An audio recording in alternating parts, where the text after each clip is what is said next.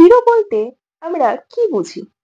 Hero মানে তো সিনেমার হিরো, যারা মারামারি করে কখনো নায়িকাকে বাঁচান, আবার কখনো গ্রামের মানুষজনদেরকে বাঁচান।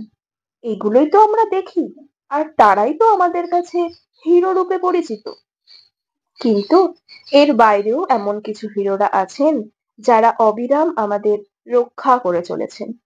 তাদেরকে হয়তো টিভির পর্দায় বা সিনেমায় দেখা যায় না, কিন্তু তাদের ভালো কাজের মাধ্যমে অক্ষয় অমর হয়ে থাকেন সকল ভারতবাসীর কাছে। আজ এমন একজন হিরোর কথা জানবো, যিনি সত্যিকারের হিরো। তিনি কে, কি এমন করেছেন তিনি, সবটাই জানাবো আপনাদের। তার আগে আমার চ্যানেলটিকে সাবস্ক্রাইব করে দেবেন, আর ভিডিওটি ভালো লাগলে অবশ্যই একটি লাইক করে দেবেন। সম্পূর্ণ ভিডিওটি শুনুন, স্কিপ না করে। ধন্যবাদ।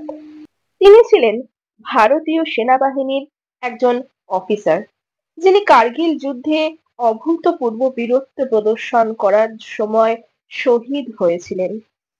তিনি মরণোত্তর ভারতের সর্বোচ্চ বীরত্ব পুরুষ পরমবীর চক্রে ভূষিত হন। বিজ্ঞানে স্নাতক করার পর সিডিএস এর মাধ্যমে সেনাবাহিনীতে নির্বাচিত হন। তিনি আর কেউ নন, তিনি হলেন ক্যাপ্টেন বিক্রম বাত্রা।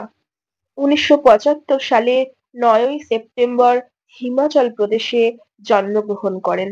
1996 সালে জুলাই মাসে তিনি ইন্ডিয়ান মিলিটারি একাডেমি দেরাদুনে যোগ দেন।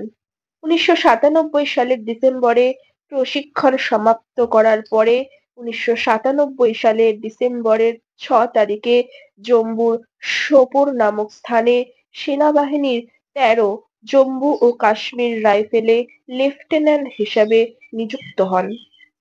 তিনি 1999 সালে কমান্ডো প্রশিক্ষণের পাশাপাশি বেশ কিছু প্রশিক্ষণও নেন। 1999 সালের 1 জুন তার দলকে কার্গিল যুদ্ধে পাঠানো হয়েছিল। হাম্প এবং রাখি নাম স্থান জয় করার পর বিক্রমকে অধিনায়ক করা হয়। এরপরে শ্রীনগর লেহ রোডের ঠিক ওপরে সবচেয়ে গুরুত্বপূর্ণ 5140 ফুট উচ্চতা বিশিষ্ট শৃঙ্গগুলিকে মুক্ত করার দায়িত্ব দেওয়া হয়েছিল ক্যাপ্টেন বাত্রার দলকে। ক্যাপ্টেন বাত্রা তার সঙ্গ নিয়ে পূর্ব দিক থেকে এই অঞ্চলের দিকে অগ্রসর হন এবং শত্রুকে লক্ষ্য না করেও তার স্ট্রাইক দূরত্বের মধ্যে পৌঁছে যান। ক্যাপ্টেন বাত্রা তার স্কোয়াডকে পুনর্গঠিত করেন এবং তাদের সরাসরি শত্রু অবস্থানে আক্রমণ করতে নেতৃত্ব দেন। সর্বাগ্রে স্কোয়াডকে নেতৃত্ব দিয়ে তিনি প্রচণ্ডভাবে শত্রুদের আক্রমণ করেছিলেন এবং তাদের 4 জনকে ঘনিষ্ঠ লড়াইয়ে হত্যা করেছিলেন। অত্যন্ত দুর্গম এলাকা হওয়া সত্ত্বেও বিক্রম বাত্রা তার কমান্ডারদের সাথে 1999 সালের 20 জুন সকাল 3:30 নাগাদ এই চূড়াটি দখল করেন। তিনি কেবল সেনাবাহিনীতেই নয়, সমগ্র ভারতে ছেয়ে গিয়েছিলেন।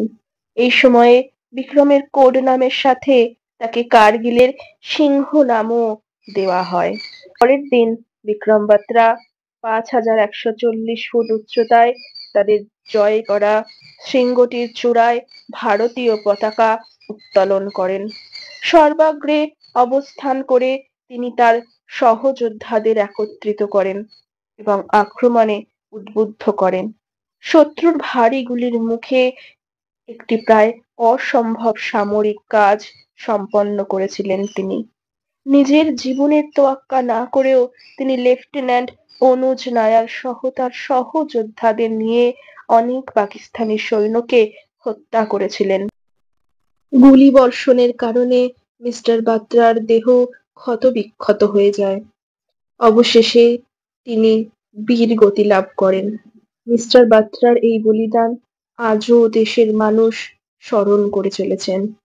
শুধু মিস্টার বাত্রাই নন, তার মতন এইরকম প্রতিটি সেনা জওয়ান আজ বর্ডারে দাঁড়িয়ে নিজের জীবনের পরোয়া না করে শুধুমাত্র আমাদের দেশকে বাঁচাতে, দেশ মাতাকে বাঁচাতে এবং আমাদের দেশের মানুষদেরকে বাঁচাতে রক্ষাকর্তার মতো হাতে বন্দুক তুলে দাঁড়িয়ে আছেন। তাই আজ তাদেরকেই সুপার হিরো বা রিয়েল হিরো বলে আমরা চিনি।